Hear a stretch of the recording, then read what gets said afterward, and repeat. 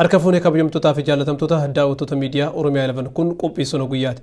Qophii sono guyyaa keenya har'aa keessatti keessummaa tokko isinii qabannee dhiyaannee jirra. Keessummaan kiyya har'aa aadde Amaanee Badhaasooti. Koongiresii Ameerikaa bara 2022tti dorgommii jiruuf deemaa jirti. Aadde Amaaneen kallattiidhaan sarara irratti argamti. Turtii gaarii qabaadhaa.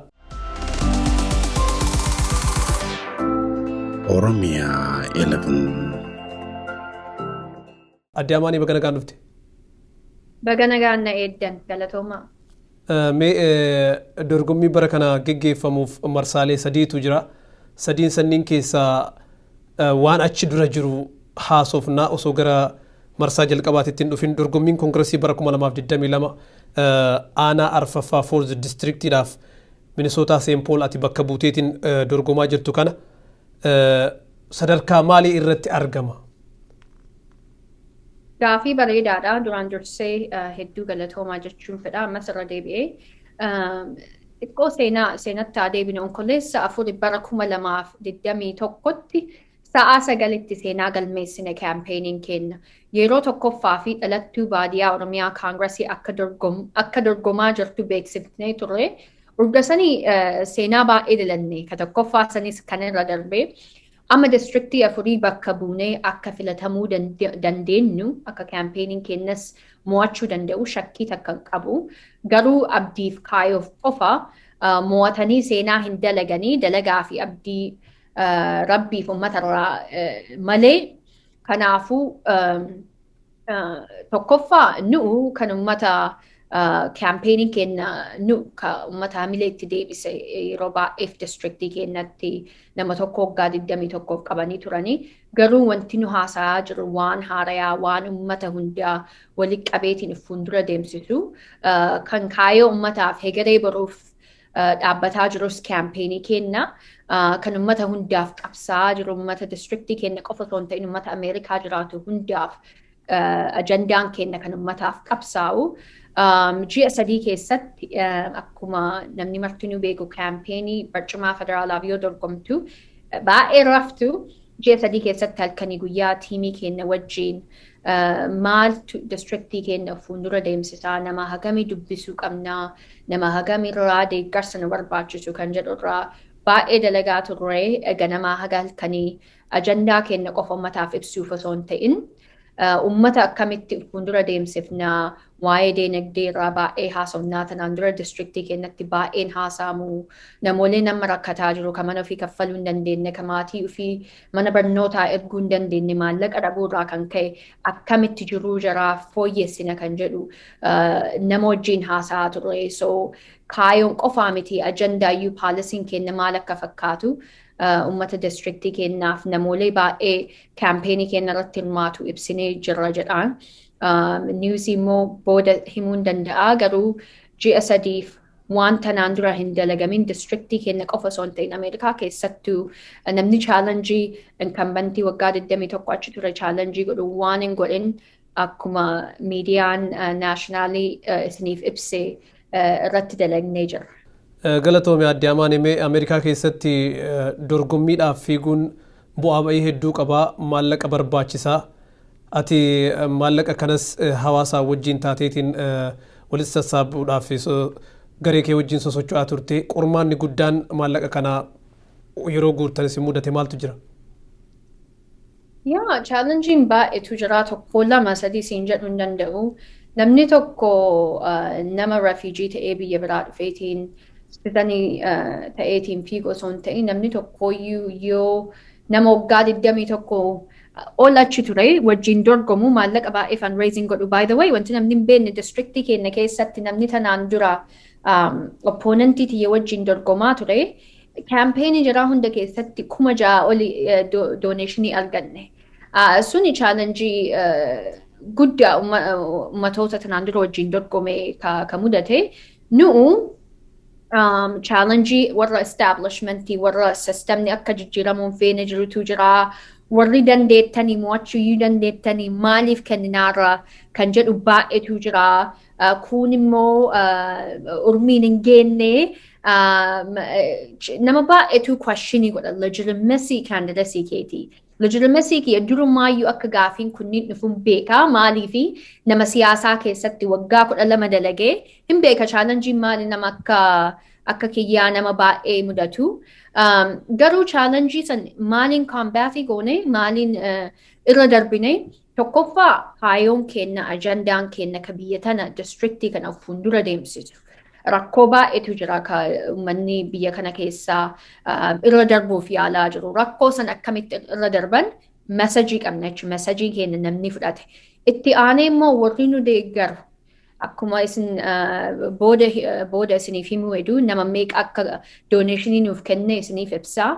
Namoolee baay'eetu jiraa ture kana bira taa'eetiin halkanii guyyaa hin dandeetta wanti fedhame haa jedhamu ofitti amanii hawaasa kana keessa guddattee daa'imummaa keerraa jalqabdeetiin hawaasaaf dhaabbataa turte wanti si sodaachisu hin jiru si bira dhaabbannaa si jaalannaa waan dandeenyeen si deeggarra kan jedhu hamilee naaf ta'anii challengii tokko lama siin jedhu baay'eedha halkanii guyyaa akka nama baay'ee hirribas baay'een hin jiru sa'aatii lama rafaa because maalii fi barcuma federaalaaf dorgomuun it's challenging garuu namni backgroundii kiyya dhufu challengii san ol argata jechuudha challengii 10 ol sitti himuu hin danda'u garuu uummata na bira dhaabbatee halkanii guyyaa harkana qabee hin dandeettaa si bira dhaabbannaa si wajjin jiranan jedhu maqaa jiraatiif milkoofnee milkii qofa osoo hin ta'in seenaa lammaffaa dalanna jedheetiin yaada. Galatoomi mee namni ati wajjin dorgomaa jirtu kun nama muuxannoo waggaa 21tii ol qabu waggaa 20tii ol qabu waggoota dheeraa tajaajiluun isii kun miidhaa sirra geessa jettee yaaddaati. Miidhaan irra geessa moo isii irra geessa? Sirra. Another of course. Siyaasaan durumaayyuu competitionii baay'eedha. Osoo amma waggaa 21 ta'uu baateeyyuu osoo namnummaan haarayaatu nama san wajjin dorgome siyaasaan biyya kanaa easy miti namaa galuu qaba waan salphaa miti barcumaa federaalaaf dorgomuuyyuu yoo osoon akka dorgomuu hedduun himiniyyuu nama baay'eetu si dubbisa. Hin dandeettu dhaabii namni kun haala adda addaan si miidhaa hin danda'amu. Silkii nam fudhadhe dhibbaa ol siin jechuu hin danda'a. Hin danda'ama wanti jedheef nama siyaasaa biyya kanaa beeku, nama siyaasaa distriktii keenya keessatti yeroo baay'ee hirmaadheetiin namoolee sanaan dura hin dandeettu jedhaniin mo'achiise. Anaaf uummatatu naa caala. Kanaafuu yeroo tokkoffaa kaampeenii kee anaansii yoo godhu hin danda'a uummataanii qarshii takka. Qarshii $1 tokko warra corporationiif, warra special interest, warra big pharma, warra defense industry. Warra yeroo baay'ee namoolee Waashingtaniin deemu ofii argateetiin ajandaa jiraatiin socho'u hin ta'u jedheetiin dorgommii qofa ittiin hirmaadhu dorgommii jabaa kanaa. Dorgommii kana qofa osoo hin ta'in uummataan achigaa kan jedhu mirkaneesseetiin challengii tokko miti challengii lama jechuu. Baay'eetu jira and of course challengii kanas akkamitti akka irra darbineetiin akka mo'annu tiimii keenya wajjin halkanii guyyaa dalagaa jira. Ultimately uummatatu decide godha. I think uummanni waan baay'ee decide godhe akkuma isin beektan newsiin ibsee jira. Bakka kam akka geenne tanaan dura ji'a 3 dhiisi. Namni waggaa 2 dorgomeeyyuu waan nuti ji'a 3 keessatti mirkaneessine accomplishii goone tanaan dura kun seenaa guddaadha.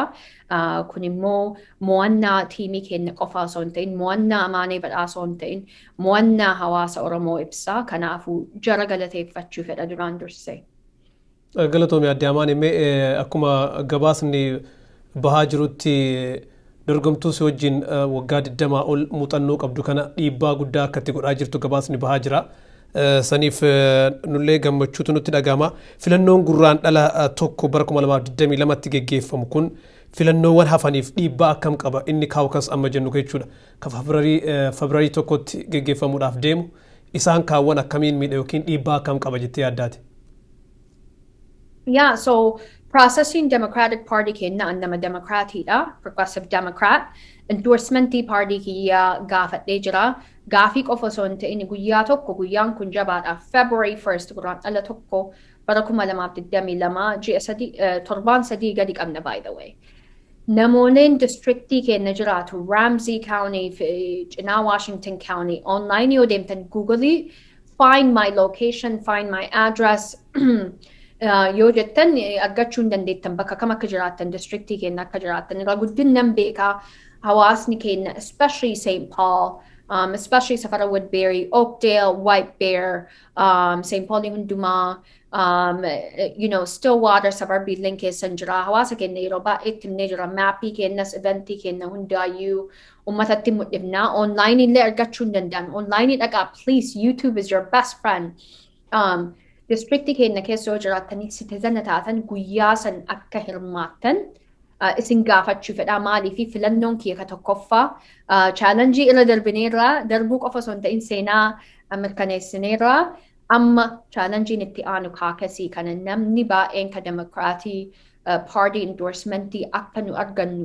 fedhu guyyaa san dhufeetiin caucus locationiin nama hundaa addaan amma St. Paul jiraadha garuu city council warding kiyya lama so precinctiin deeman jechuu informationii kana website keenya amaneforcongress.com www.amaneforcongress.com yoo Google gootan maqaa keessan first and last name emailii keessan addressii keessan nu kennitan achirraa sistema kennan seentanii nu uyyuu isinii bilbillaa garuu yoo gaddeemtan find your caucus location ka jedhamu tokkotu jiraami achitti informationii keessan argachuu hin dandeettanii caucus.dfl.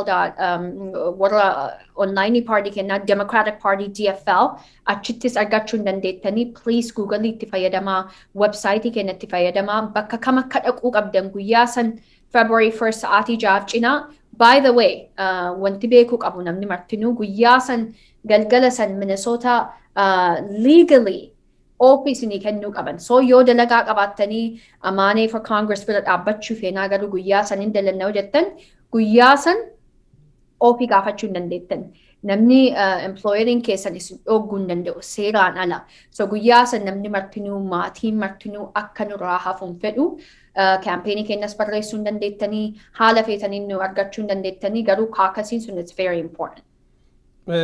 Adde Amane meessi filachuudhaaf ulaagaaleen barbaachisu maal fa'a gaafa saniif jechuudha? Gaafsan dhufaniitiin citizen akka ta'an mul'isanii addressii bakka kam akka jiraattan mul'isaniitiin Amane for Congress bira dhaabbachuu feena jechuu qabdanii itti aanee immoo tiimiin keenya by the way nama baay'ee affeeraa jira caucus and convention training sanbata xiqqaa sanbata guddaa guyyaa adda addaa hawaasa keenyaaf kennaa jira so nuuf barreessaa nama hundaa dhaqqabullee waan hin dandeenyeef nuuf barreessaa caucus processii kana beekuu qabattanii garuu waan guddaa miti guyyaa February 1st dhuftanii Amane for Congress deeggarraa locationii keessan kasirnaa dhadhaniitiin Amane for Congress akka Democratic Party endorsementii argattu feena sanuma waan biraan jiru guyyama san dhuftanii sa'aatii 6 cinaa osoo hin darbin namni guyyaa sanii decisionii meekii godha jechuudha. Namni kamtu akka Democratic Party endorsementii argatu akka filannoo kiyya kan yeroo tokkoffaa fudhatan deeggarsoonni ta'in akka fudhatan fedha. Informationii saniin ala yoo barbaaddan nuuf barreessaa info@amaneforcongress.com yookiin websaayitii keenya informationii keessan nu kennitanii isiniif bilbiluu hin dandeenya. Mee Adde Amaneen yoo filannoo kana injifattee gara koongiresii deemteef akka hawaasa Oromootti maal irraa haa eeggannu? I think waan baay'eedha. Yeroo tokkoffaa hawaasa tokko keessaa baatu responsibility baay'ee si eeggata. Garuu daa'imummaa kiyyarraa recordiin kiyya lafa jira. Guyyaa tokko dhugaa uummata keenyaa waan uummata keenya barbaachisu waan uummata keenya fuuldura deemsisu dhokseen beeku bira dhaabbadhee halkanii guyyaa irra dalagee ture. So nama seenaa keenya beeku, nama rakkoo keenya beeku, nama qabsoo keenya hubatu, nama fuuldura hawaasa keenyaa qofa osoo hin ta'in fuuldura addunyaa beeku waan tokko beekuu qabna. There is such a thing as Oromo values. Maaliif qabsaa'aa turre akka sabaatitti osoo biyya kanaayyuu hin dhufin tanaan dura namni martinuu nagaan haa jiraatu namni martinuu carraa dinagdeerraa haa argatu walqixxummaa namaatiif dalagaa turre kuni akka nama Oromoo tokkotti kaangiresii deemuun kiyya seenaa san aadaa san addunyaaf ibsuun responsibility guddaa. So lead with Oromo values ka jedhamu tokkotu jira. Lead with integrity. Ummata hundaaf qabsaa'u, ummata hundaaf dhaabbatu. I think ummata keenyas namoolee tanaan dura akka an jiraadheetiin bakka kana ga'u absaa'ee dhiiga ofii dhangalaasee asiin naga'e hundaafuu hin boonsa jedheetiin yaada yoo kaangirasiin deemu yoo kaangiresii ga'e akka ga'us shakkii takka qabu maaliifi nama dalaguu nama kaayoo ofiitti amanuu nama sodaa tokko malee ummata hundaaf qabsaa'u waan ta'eefi achis ijoollee baadiyyaati ijoolleen baadiyyaa sodaan beektu ijoolleen baadiyyaa onneen daladdii kanaafuu jaras ijoollee baadiyyaa sin boonsa jedheetiin yaada. Galatoomii adda Amaanee gara of duuba si haa deebisuuti ibsa ati bara 2021 ji'a onkoloolessaa keessa baafte tokko ture onkoloolessaa 16tti yookiin Oktoobar 16 bara 2021 jechuudha. Ibsa san keessatti rakkina haala yeroo biyya teenya keessatti deemaa jiru kaafteetiin xumura irratti immoo gara yoo amma kana immoo hidhamtoonni ibsa kan kee keessatti gara xumuraatitti yaamicha marii biyyoolessaatiif gootee mootummaan Ameerikaa akka dhiibbaa gara marii biyyoolessaa irratti godhu gaafattee turte. Torban dabree guyyaa jimaataa immoo hidhamtoonni siyaasaa Oromoo gartokkeen hiikamanii jiru. Saniifis gammachuu hawaasa Oromoo keessa jira. Mee gaafiin ati gaafsan goote mariin biyyoolessaa ati dubbataa turte akka milkaa'uuf ummanni yookiin maaltu godhamuu qaba jettee yaaddaati? Gaafii bareedaadha. Kaampeenii kana keessatti dorgommii irratti hirmaachuuni akkuma ati beektu progressive democrat jennee yoo deemnu ajandaan keenya ka biyya kana qofaa miti kan addunyaati. Namni tokko lubbuun jiraatee akka bilisaan nagaan jiraatuuf qabsoomna halkanii guyyaa. Gaafa san wanti barreesseef namni yeroo tokkoffaa hawaasa baay'ee miidhamee, hawaasa cunqurfamee kan akka kiyyaa keessa especially biyyaan itti dheeraa dhufe yoo jiraate responsibility guddaa qaba. Garuu ani xiqqoof duuba haa deemnu President Joe Biden fi Kamala Harris nama waggaa tokkoof halkanii guyyaa akka jarri filatamaniif dalage.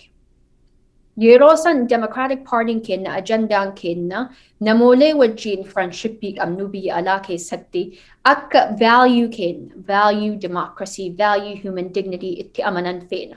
Akkuma isin beektan Joe Biden baay'ee pushii godhaa ture. Mirga dhalaa namaa akka eegfamu akka namoolee siyaasaa fi hidhaman balleessaa osoo hin ta'in siyaasaaf sodaa siyaasaaf hidhaman akka hiikaman baay'ee haasa'an turan. Anis akka nama tokkootitti akkuma namni marti beeku ala ba'ees yeroo baay'ee yoo haasofnes halkanii guyyaa akka namooleen baay'ee waa'ee siyaasaa irraa kan ka'e hidhaman akka hin hidhamneef baay'ee dalagaan ture.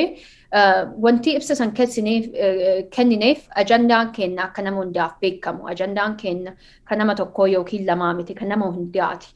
Akkuma namni hundi beeku biyya san keessatti hidhamtoonni siyaasaan hidhaman wanti hidhamanii fi hidhamuun mallee ture. By the way, wanti martinuu beekuu qabu. Hidhamuun qabanii turan. Garuu hidhamanii akka hiikaman barreessinee turre namni martinuu amma fuuldura deemuuf biyyi sun namoolee baay'eetu jira kan ammas hidhaa jiru. Especially Oromiyaa keessatti nama baay'eetu hidhame tokko lamaa miti namni martinuu hidhaa hiikamuu qaba. Maaliif biyyi sun fuuldura deemuuf dhugaa uummata Oromoo haqa uummata Oromoo awwaalteetiin fuuldura deemtu. San namni martinuu beekuu qaba. Kun hiikaan obbo Jawaar Mohammed by the way hawaasa keenya keessa ture nama Minnesootaati.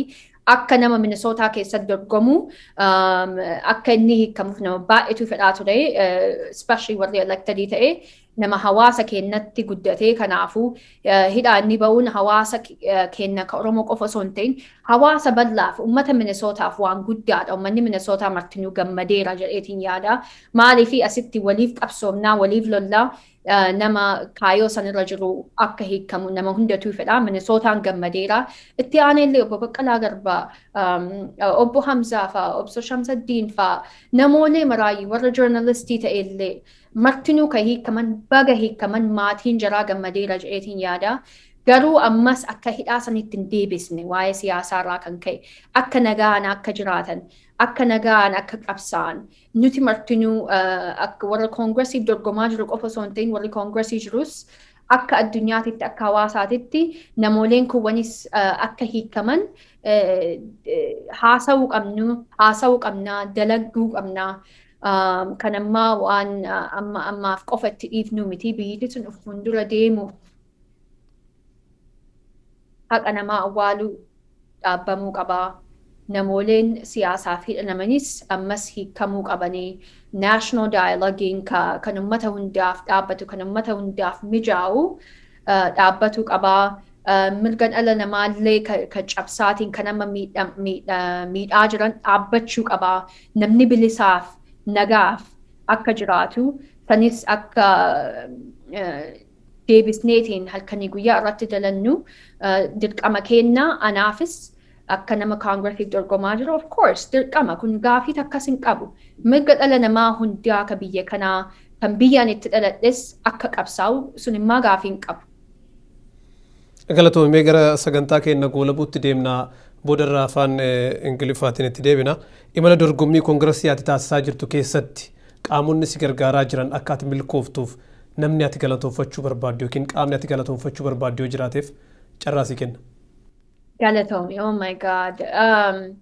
Nama baay'eetu duraan dursee niwuziin kennaa kama namni marti dubbisee nama 900 1,300 corporation irraa doolaara takka osoo hin fudhatin special interest irraa doolaara takka osoo hin fudhatin namuma hawaasa keenya keessa jiruu fi deeggarsoota keenya kan Minnesootaa keessa jiruuf ka Ameerikaa hunda jiru successfully kana taane amma 300 namni ji'a 3 keessatti progressive democrat ta'ee corporation irraa didee argatu by the way hin jiru ture kanaafuu namni wajjin dorgomaa jiru halkanii guyyaa osoo hirriba takkan argatin osoo hirriba takkan argatin akkamitti Amane Badhasso injifata kan jedhurraa kan dalagee by the way nu'uu miti ka nama waggaa 21 achi ture wajjin dorgomaa jiru nama waggaa 21 achi tureef namoolee biyya kana fuuldura akka hin deemne fedhutu ni wajjin dorgomaa jira. Sun uummata hundaa galuu qaba. Jaratu ni wajjin dorgomaa jira. Maaliif humna keenya mul'isnee, jabina keenya mul'isnee, namoolee baay'ee tokko lama miti hawaasa keenya ka'as jiru Amane for Congress support group namoolee 15 ka halkanii guyyaa harka kiyya akka daa'imaatitti naqabeetiin halkanii guyyaa na deeggaraa jiru itti aanee immoo hawaasa keenya kan Minnesota, hawaasa keenya kan Portlandiin jiran, hawaasa keenya kan Ohio jiran, kan Kentucky jiran, kan Seattleiin jiran, ka atattamaan nu bira dhaabbateetiin nu deeggaree, hawaasa keenya kan Ameerikaa hundaa jiran, kan nuti dhaqqabuu hin dandeenyes, kan hamileenaaf ta'e kaaga ammaa nu bira dhaabbatee nu deeggaraa ture miidiyaalee adda addaa ka osoo qoonqa qabaatiin qoonqa kenna nuuf ta'ee OROMIA11 of course OROMIA Media Network Kello Media as well namoolee hundaayyuu kakkaayoo kana osoo namni baay'ee ta'amoon ta'u jedheetiin nu shakke nu bira dhaabbatee hin danda'ama jedhee nu deeggare nama tokko lama maqaa himuu hin danda'u hin beekanii eenyuun akka ta'an abbootii amantaa adda addaa kan nu bira dhaabbatanii kan halkanii guyyaa advaayisii naa kennanii hin dandeetta jedhanii rabbiin naa kadhatanii dhugaa sitti himuu hin danda'u tokko lama jedheetiin kuni kan ummataati gammachuu ummataati anaa miti ka dalagaa jiru hawaasa kennaa ummata kaayoo kennatti amanuu victoryin kun ka jaraati malee kiyyaa miti haa fudhatanii haa gammadanii jara wajjiin halkanii guyyaa dalagee akka milkiin ga'u shakkii takka qabu akka seenaa irra deebinee dalannus shakkii takka qabu haa galatoofaman. I am so grateful. I am so incredibly humbled. Deeggarsa jaraatiif. Galatoomii addee Amane mee xumura irratti dhaamsa qabda?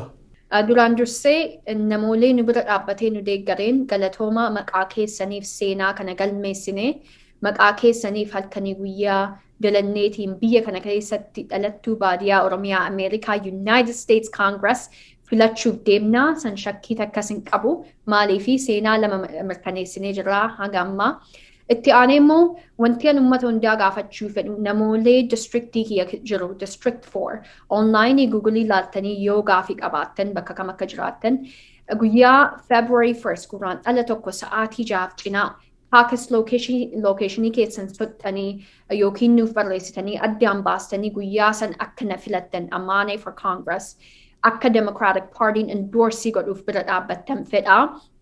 Guyyaa san sa'aatii 6 cinaa hin dabarsinaa information hundaa isiniif kennina. Online illee DFL caucus.com illee irraa argachuu hin dandeettanii Amane for Congress website keenya irraa illee argachuu hin dandeettanii guyyaa san akka nu biraa haftan hin fedhu maaliif filannoon kiyya yeroo tokkoffaaf guyyaa sanii itti aanee immoo 300 san nama 900 irraa arganne hin beekna hawaasni keenya guddaa akka ta'e namni green cardii qabuuf namni United States citizenii ta'e barcuma federaalaaf dorgomaa jira.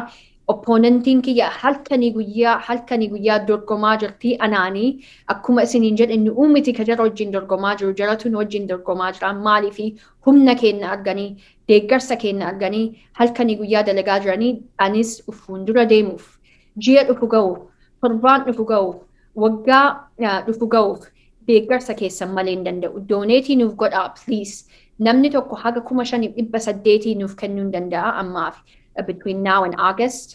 Garuu dhibba tokko ta'ee $25 ta'ee ji'aan nuu kennitanii ta'ee 5,000 nuu kennitanii ta'ee 4,000 nuu dooneetii godhu ta'ee dooneeshinii nurraa hin dhaabsina. Maaliif akkuma isin beektan siyaasaan biyya kanaa maallaqaan qofa socho'aa haga isin nu deeggartan qofa socho'uu dandeenya. Kanaafuu yoo kaayoo kennatti amantan yoo dhalattuu baadiyyaa Oromiyaa Kaangiresii Ameerikaa erguu feetan donationii nurraa hin dhaabina nu bira dhaabbadhaa amaneforcongress.com yoo gaddeemtan donationii meeqa akka kennitan isiniif ibsaa meeqa akka kennuu dandeettan isiniif ibsaa doneetii godhaa ummata keessan hundatti himaa hiriyoota keessan hundatti himaa maatii keessan hundatti himaa xiqqaan hin jiru guddaan hin jiru isin martinuu akka nu bira dhaabbattan abdii guddaa qabaa ulfaadhaa isiniif jiraadhaa isin jaaladhaa galatooma.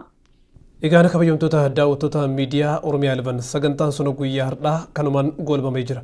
Namoonni aadde Amane Badhaasoo gargaaruu barbaadan ammas bira dhaabbachuu ni dandeettu. Sagantaa isiin qopheessaa jirtu irratti hirmaachuudhaan aadde Amane gara Koongiresii Ameerikaatti haa erginuun yaamicha keenya kan har'aati. Sagantaa sun guyyaa biraatiin aangoolitti deebinuuf nagaan nuuf jiraadha.